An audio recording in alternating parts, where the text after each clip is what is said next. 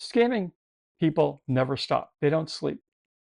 Especially online scams come in many forms via many channels into your computer, your cell phone, postal emails, of course, or people walking up and knocking on your door. Scammers are always improving and inventing new ways to trick us out of our money. And with every new technology that rolls out on the internet, scammers are finding ways to leverage that to take our money or to take over our computer. Phishing scams detection and prevention is an ongoing battle we all must be vigilant and be conscious of in our day-to-day activities. I cannot cover all the scams that are out there on the internet in this one blog post, and I'm not a scammer expert, but I can spot them pretty fairly by just doing my due diligence every day. I have seen some try to scam me, but it's better not to give them what they want, my personal information or my financial data. These unlock your money. Guard your Social Security, your Medicare card, your bank account, even your phone number and your address. Birthday. Never give this out to anybody that's calling you directly requesting it. My advice on being scammed is to never send money to anyone or give out financial information, as I said before. And when someone calls you and asks who you are, just say no. Thank you for the call. I'll call my financial institution. There are scammers that will call you and say that you're overdrawn or there's an error in your account and you need to give us your information and we'll correct it. There's IRS scams, people calling saying that you owe back taxes and they're going to do something if you don't give them your information over the phone so they can get corrected right then. They all do the high pressure thing. Dreadful things are going to happen if you don't do it right now. Never let that steer you. When someone calls or emails you and says it's related to something with one of your accounts, I say, thank you for the call. I will call my institution directly. I do never give information out and I hang up. I call the number on my bank statement, the number on the back of my credit card. The IRS has a number you can call. Call the number that you know is the right one, even when that person gives you the number to call. Always verify the number is legit that you're looking up and get it from a reputable source. I signed up for the consumer alerts via the Federal Trade Commission. I'll put that website link in the show notes. It's called consumer.ftc.gov. They actually email out alerts of all these scams that are up and running and to be aware of them. And some of them are really ingenious. And I read that, once a week they'll send something out, but it's good to keep up to date. They also send out reminders how to better protect yourself against scammers. One of the scams is gift card scams, where they'll call up and say your relative is sick or they're being either detained and you need to send them these gift cards. I was at a store and this elderly woman was buying like 100 gift cards and the clerk and I questioned her why. She said, well, they were, needed to send them to help her son get out of some predicament, her grandson, and it was all fake. They just wanted to get the gift cards because those are buyer holder gift cards. Whoever has it owns it. So if someone calls you and says they're in dire need to get gift cards to help alleviate a problem, that's a scam. So don't do that. The cash and I, after we spoke to the woman, they called the police. They came in, they talked to her, and she did not buy the cards. We saved her hundreds and hundreds of dollars of a scam.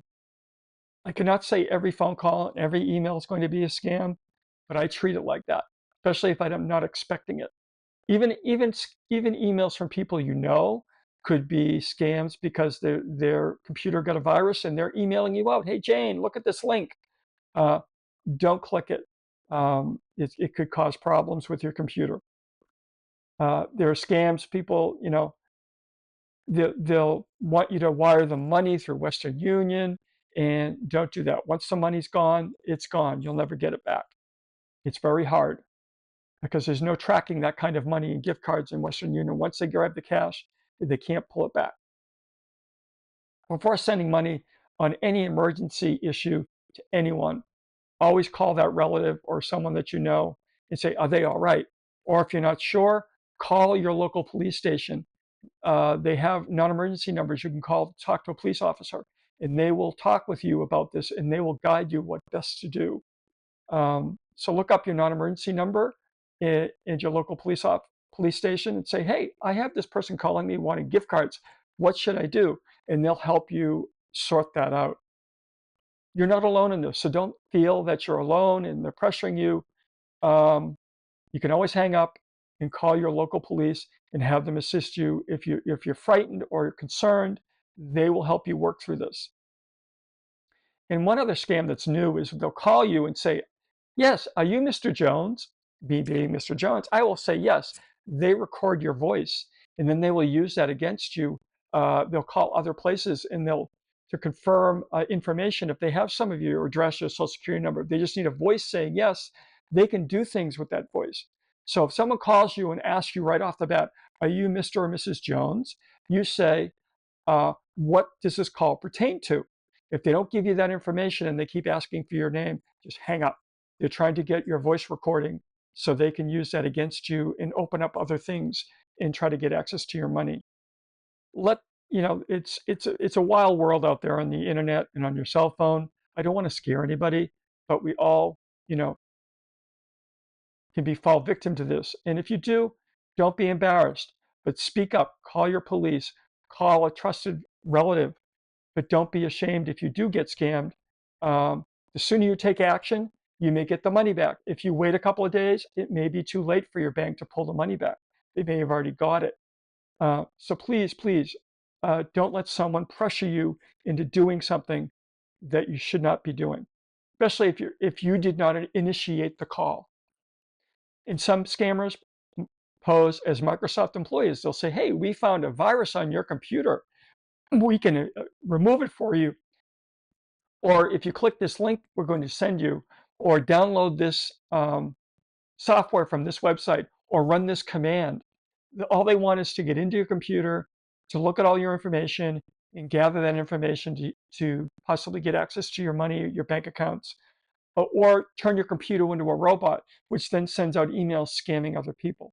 If you have issues with your computer, call a local repair shop or person that you know that does computer repair to get them to fix it. Bring it to a reputable repair shop. Never take the word of somebody calling you that they found something on your computer, because that just means that they're trying to get access to your computer. There is Best Buy has a repair service. I think Staples has a repair service. I'm not saying they're great or not, but those are reputable places to bring your computer. And another key thing, if you have a computer at home, please make sure that you check that it's up to date, that you update your Windows, you update your MacBook or your Linux or your Chromebook.